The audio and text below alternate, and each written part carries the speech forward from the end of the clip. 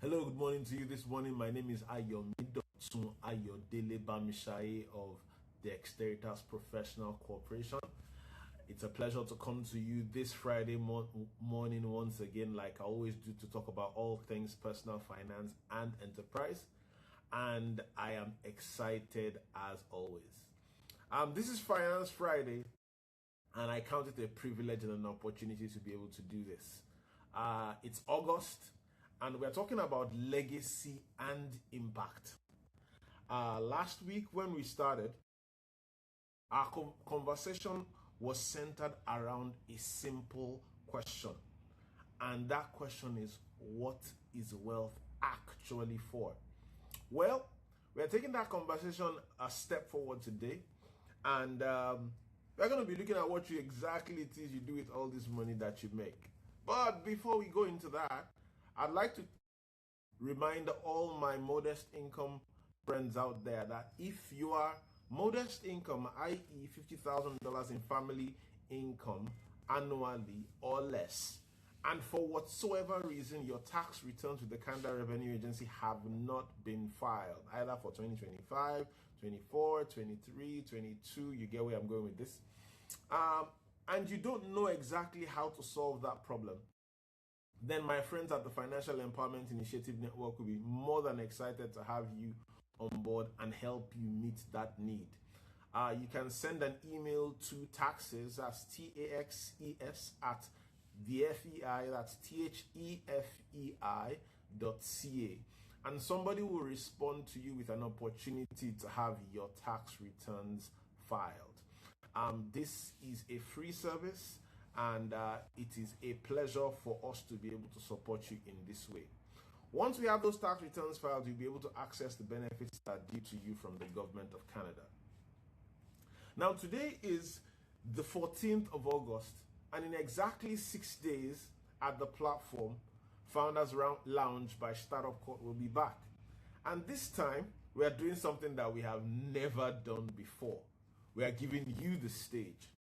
So, over the last little while, probably about 12 months now, we've been having conversations in and around artificial intelligence. And I know that some of you have been building something that, either you're itching to share with somebody or you really are very tentative about sharing it. But either way, we really want to see what you've built. So, August 20, 2026, 6 p.m. at the Founders Lounge, our open stage night will be live. You will have the opportunity to share something that you do with AI with us, whether it's a workflow, a program, a product that you're already selling, or an idea that you're still sketching out and yet to build. And we'll be excited to see what that looks like. So if you're thinking about it or you've done it already, show up. Doors open at 5:30, Thursday, August 20, 2026, at the platform, downtown Calgary. It's the East Wing, so just beyond the entrance, the last door on the east end, yes, of the building. That's exactly where we will be. And it will be a pleasure to have you join us next week, Thursday. So with that said, the question I'm asking you is this. You have stated values. Are they reflected in how your money is spent? Now,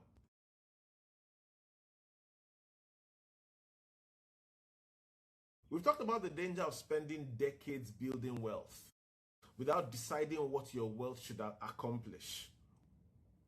Today, don't mind me, things are a bit uncomfortable, but that's the intention, because most of the time when things get uncomfortable is when we consider making a change. Many of us say that, hey, our values are family and faith and purpose and fulfillment and things like that. We have all these beautiful things that we like to call our values, our personal values. Fine, that's okay. Can you show me your bank statement? Would I arrive at the same answer if I was reviewing where the resources of your life went to?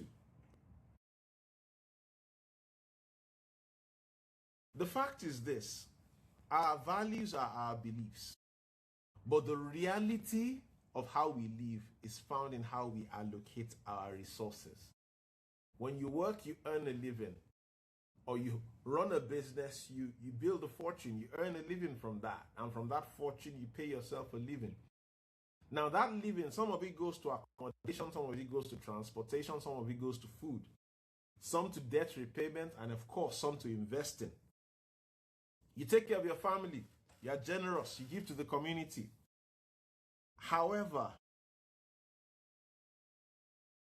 that allocation is the true reflection of your values, not what you say to yourself. Intentions don't compound, your allocation does. So you can intend to invest, you can intend to save, you can intend to give to charity. In fact, you can intend to become debt-free. But the fact is this: what compounds is where the money goes, irrespective of your intentions.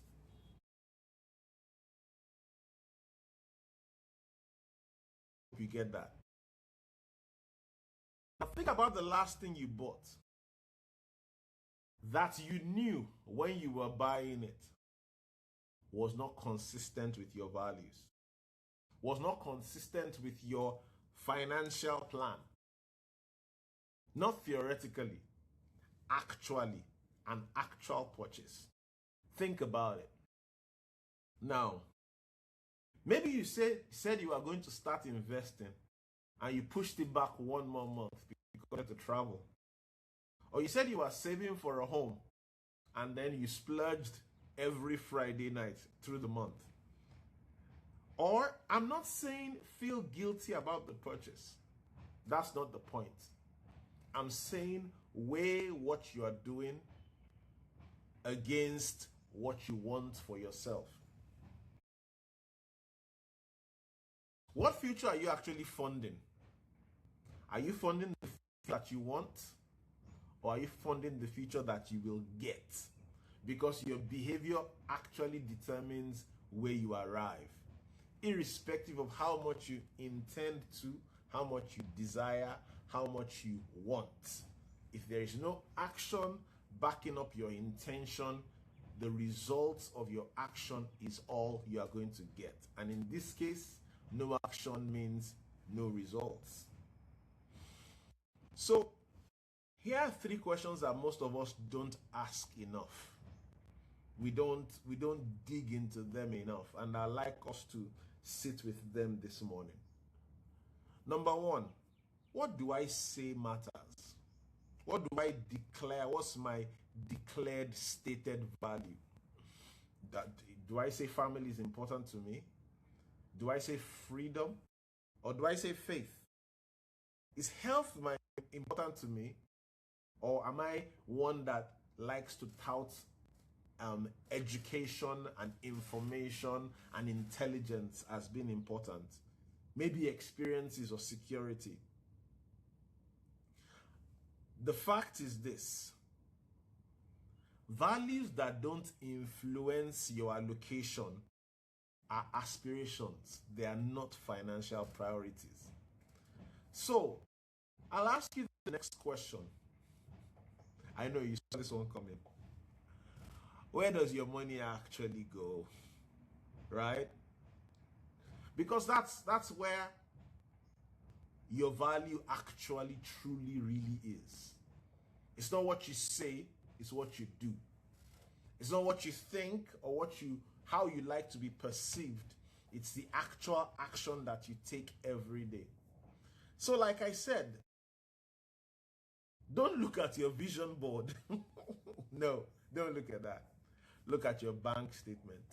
Your bank statement is the true allocation of the resources of your life, and that tells us what you really value.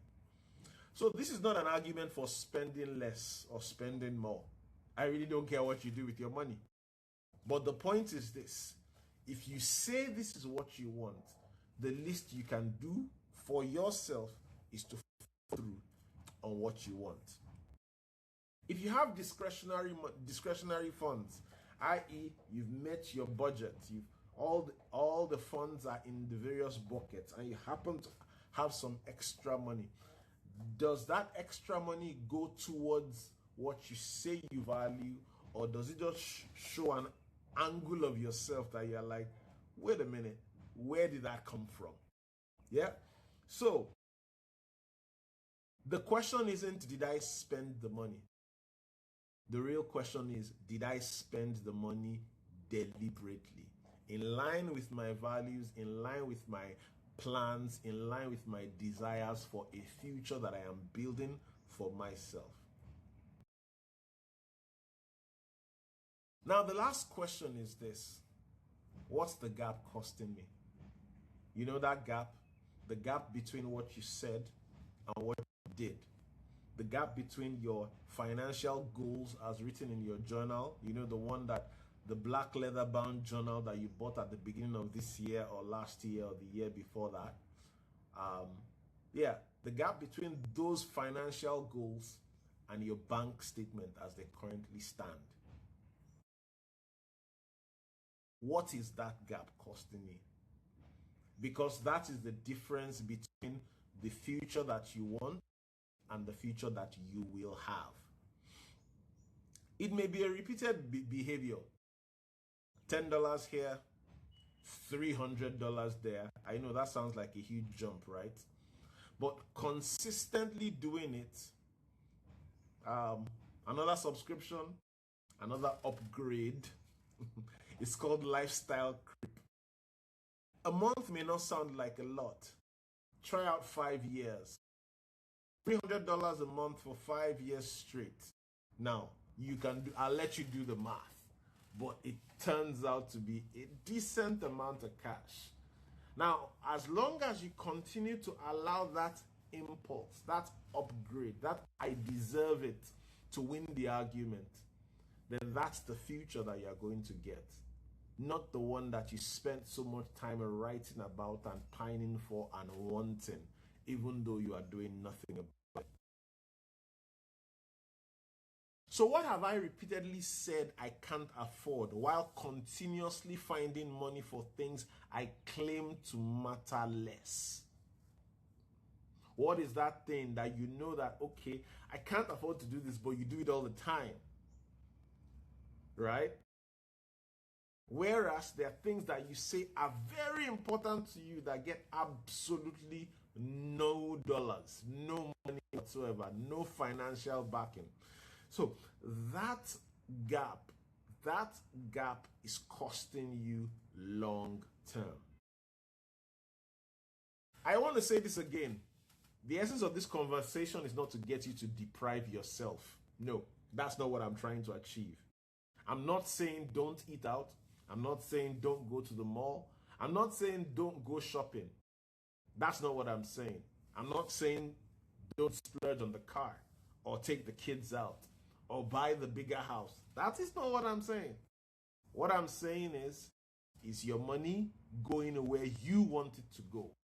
Are you actively putting your money towards those values that you say are important to you, rather than how you feel in the moment? So I'm trying to get you to build a congruence, a connection, an alignment between what you say is important financially and what you actually are doing for yourself. So whether you do what you do, whether you do what you say you will do, right? Or there is a significant gap between what you say you will do and what you actually do, the result at the end of the day will be yours. So I'm asking you today, would you bring your financial allocation in alignment with your financial goals? Now, as much as I would like you to pull out your bank statements for the last 90 days and look at every transaction and categorize them accordingly. Doing that would change how you act. Your ability to course correct, do something different, will be you making a choice to say, my future as designed and desired is more important to me, and I choose to prioritize it.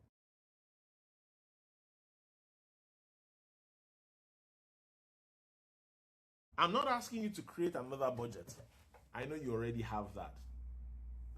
I'm not asking you to recategorize your expenses for the last 90 days. I know you have a fair idea of where all that money went. All I'm asking you to do is this. Mind the gap. Mind the gap. Mind the gap. So, having been through all that, I just want to leave you with this. If I asked you what's important to you, I know you most likely say family or freedom or security or purpose or impact or legacy. That's fine.